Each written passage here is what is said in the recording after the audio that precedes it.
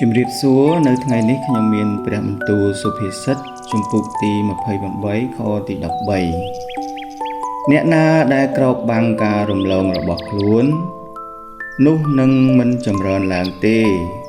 តែអ្នកណាដែលលន់តួហើយលះបង់អំពើនោះ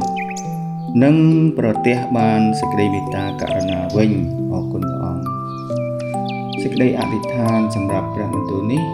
អោព្រះបិតាដែលគង់នៅឋានសួគ៌អើយសូមឲ្យព្រះបន្ទូលនេះបានប៉ះពាល់ដួងចិត្តអ្នកដែលកំពុងស្ដាប់ដែលបានប្រព្រឹត្តរំលងឬភ្លាត់ធ្វើបាប